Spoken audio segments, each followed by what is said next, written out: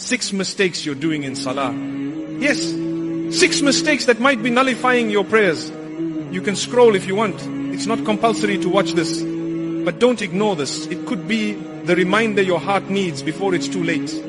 The Prophet ﷺ said, a person may finish their Salah and only a small portion is recorded for them. Why? Because the body prays, but the heart is elsewhere. Number 1, rushing, finishing quickly as if you're late for dunya, not for Allah. 2, distraction, standing in front of Allah while your mind is on your phone or worries. 3, no khushu', praying without feeling. No connection, no presence. 4, showing off, making it seem like others are watching, not for Allah.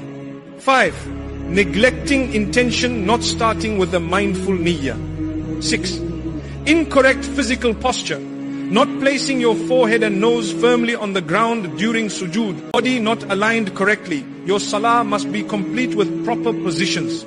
Ya Allah, if our salah has been empty, forgive us. Fill our prayers with presence, humility and connection. Accept them from us as acts of sincere worship. Ameen.